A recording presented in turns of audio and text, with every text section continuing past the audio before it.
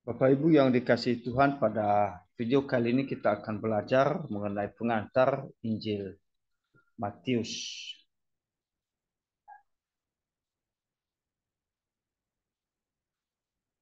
Pengantar Injil Matius adalah Injil Matius, salah satu dari 4 Injil yang terletak dalam kanon Alkitab. Selain itu, kitab ini juga digolongkan ke dalam Injil Sinoptik bersama Injil Markus dan Injil Lukas. Penulis Injil Matius dapat dikatakan bahwa meskipun kitab-kitab Injil sebenarnya tidak mencantumkan nama penulisnya, namun secara tradisional Injil dan tradisi gereja diyakini dan dipercayai bahwa Injil Matius ditulis oleh Matius yang dikenal sebagai seorang Lewi, putra Alfeus. Sebelumnya, Matius ini seorang pemungut cukai atau penagih pajak, namun ia meresponi panggilan dan ajakan Yesus Kristus untuk mengikutinya. Hal ini bisa kita lihat di dalam Matius pasal 9 ayat 9, Markus pasal 2 ayat 14, dan Lukas pasal 5 ayat 27 sampai ayat 28. Lalu kemudian kapan dan di mana Injil Matius ditulis? Berdasarkan analisis internal Injil Matius, ia menuliskan dalam Matius pasal 24 ayat 15 disebut tentang kejatuhan Yerusalem, tetapi dalam bentuk nubuat. Tidak ada satu kata pun tentang penggenapan nubuat itu. Hal itu menunjukkan bahwa Injil Matius ditulis sebelum tahun 70 AD. Pada tahun itu, Bait Allah diruntuhkan oleh pasukan Romawi.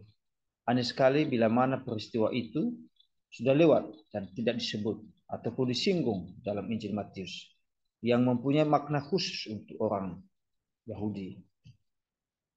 Irenaeus mengatakan bahwa Matius menulis Injilnya pada waktu Petrus dan Paulus mengabarkan Injil di Roma dan mendirikan jemaat di sana.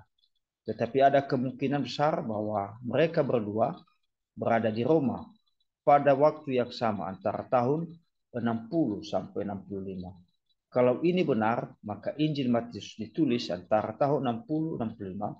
Jadi, berdasarkan analisis internal Injil Matius dan kesaksian Bapak Gereja Irenaeus, maka waktu penulisan Injil Matius yaitu sekitar tahun 60 sampai 65 Masehi.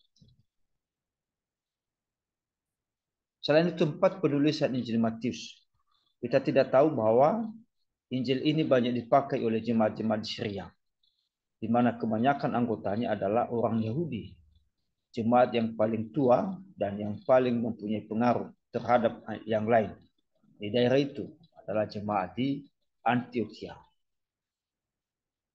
Oleh karena itu ada banyak ahli teologi yang berpendapat bahwa Injil ini ditulis di Antioquia.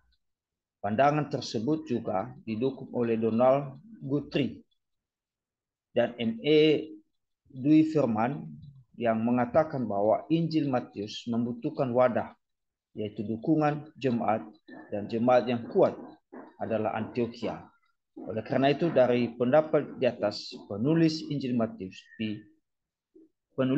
Matius di Antioquia.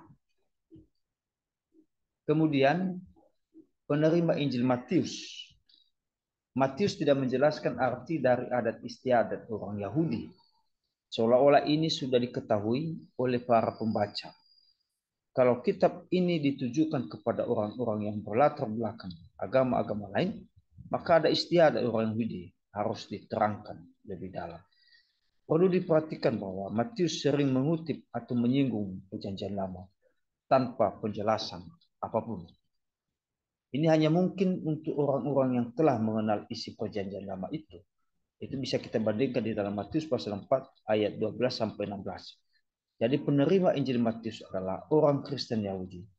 John Malkim juga menuliskan bahwa pembaca Injil Matius adalah orang Kristen Yahudi, sehingga Injil ini diberikan untuk meyakinkan orang Yahudi lainnya bahwa Yesus adalah Mesias yang sudah lama dinanti-nantikan oleh bangsa Yahudi.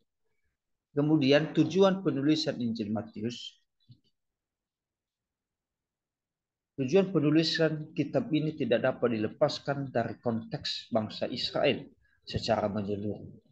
Salah satunya adalah situasi dan kondisi politis masyarakat Yahudi mulai pada akhir Perjanjian Lama sampai pada masa Perjanjian Baru. Pada masa keadaan politis dan rohani bangsa Israel sangat merosot. Secara politis mereka dijajah oleh bangsa Romawi. Sedangkan aspek rohani, mereka tidak lagi mengalami masa keemasan seperti masa para nabi. Allah tidak berbicara bagi mereka, sehingga pada masa ini disebut masa kegelapan. Selain itu, untuk menjelaskan kepada pembacanya tentang kisah seorang saksi mata mengenai kehidupan Yesus, bahwa Yesus adalah anak Allah dan Mesias yang dinubuatkan oleh Nabi Perjanjian Lama, yang sudah lama dinantikan, dan untuk menunjukkan bahwa kerajaan Allah dinyatakan di dalam dan melalui Yesus Kristus dalam cara yang belum pernah terjadi sebelumnya. Karakteristik Injil Matius. Injil istilah genre artinya gaya, aliran, dan macam. Injil Matius termasuk genre apa? Donald Guthrie menuliskan banyaknya pendapat yang dikemukakan tentang genre kitab-kitab Injil, yaitu Injil sebagai tulisan-tulisan biografi, aretologi, leksionari, dan mitras. M.D. Golder yang dikutip oleh Donald Guthrie menuliskan hasil studinya mengenai genre Injil Matius. Ia menyatakan Injil Matius dapat disesuaikan dalam sistem leksionari Yahudi. Injil Matius dibagi ke dalam bagian-bagian yang sesuai dengan pembacaan Perjanjian Lama yang ditetapkan untuk setiap bukunya.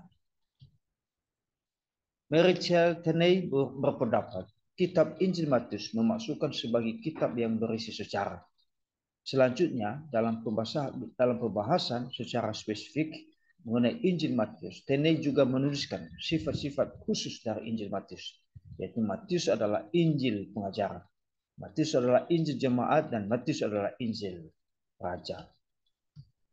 Jadi dari penjelasan di atas menunjukkan tidak ada indikasi kuat yang menyatakan genre Injil Matius menuju kepada konsep aretologi Yunani maupun konsep biografi yang berhubungan dengan mitologi Yunani.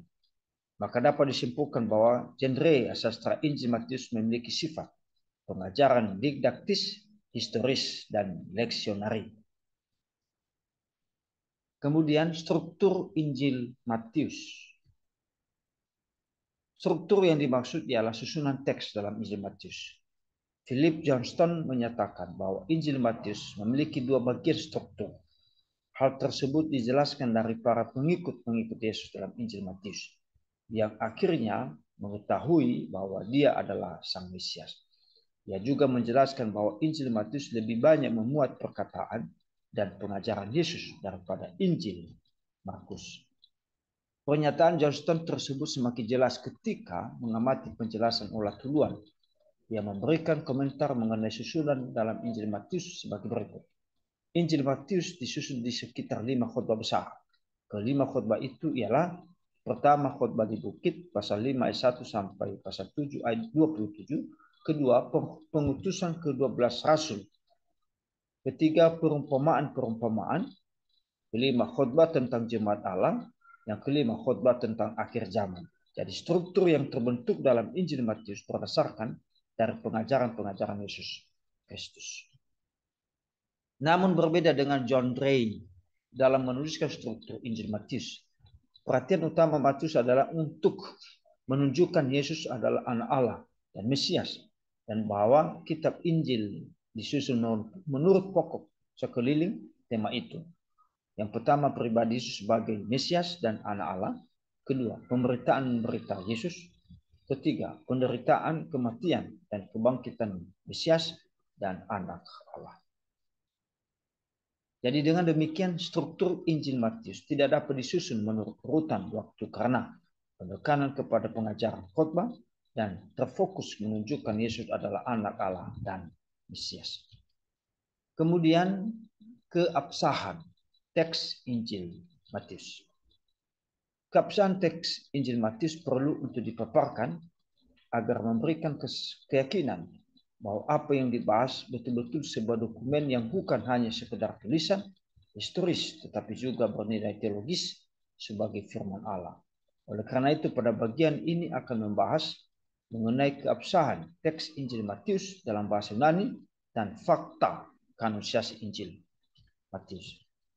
Samuel Benyamin Haq dalam bukunya Perjanjian Baru, Sejarah Pengantar dan Pokok-pokok teologisnya menolak pemahaman dari Tene yang menuliskan Papias, seorang bapak gereja, melaporkan bahwa Injil ini ditulis oleh Matius murid Yesus dalam dialek bahasa Ibrani, kemudian diterjemahkan ke dalam bahasa Yunani. Namun demikian, laporan Papias ini sulit diterima. Ada dua alasan yang dapat dikemukakan.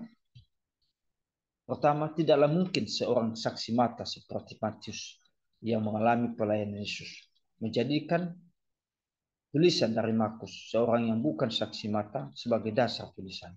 Kedua, perubahan nama dari Lewi dalam Markus pasal 2 ayat 14 menjadi Matius dalam Matius pasal 9 secara jelas mencerminkan suatu proses penulisan yang bukan berasal dari saksi mata.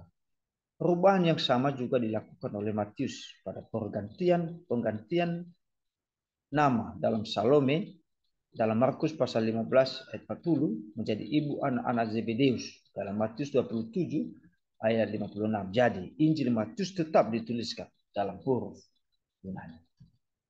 Pendapat tersebut juga ditegaskan oleh seorang sekretaris lembaga Alkitab di Belanda, seksi penerjemahan bernama M.E. Louis Verman, menyatakan kitab Perjanjian Baru, anggapan ini umum diterima sekarang, ditulis mula-mula dalam bahasa Yunani. Agaknya Yesus juga berbicara bahasa Yunani, bercakap dengan Pilatus, Yohanes pasal 18 ayat 33, tetapi bahasa ibu mereka zaman itu ialah bahasa Arab, bekas-bekasnya masih terdapat di sana sini dalam Perjanjian Baru. Misalnya Rabuni, Talitakum, Maranatha, dan Abba. Jadi menurut Louis Verman, Injil tetap ditulis dalam bahasa Yunani, meskipun bahasa Arab menjadi bahasa keseharian dalam kehidupan pelayanan Yesus. Hal tersebut juga diakui oleh tim penerjemah Alkitab Lembaga Alkitab Indonesia, yang juga menyatakan bahwa meskipun Yesus berbicara dalam bahasa Arab, kitab-kitab Injil ditulis dalam bahasa Yunani. Selanjutnya Adina Chetman menyatakan bahwa bahasa Yunani merupakan bahasa universal pada saat penulisan Injil, dan Yesus juga menggunakan terjemah Septuaginta, kitab-kitab dalam bahasa Ibrani yang diterjemahkan ke dalam bahasa Yunani. Menegaskan hal tersebut, Philip Johnston menyatakan bahwa kitab-kitab Injil itu aslinya ditulis dalam bahasa Yunani, dan bahasa Yunani sebanyak dalam Injil Matius sebanyak 18.300 kata.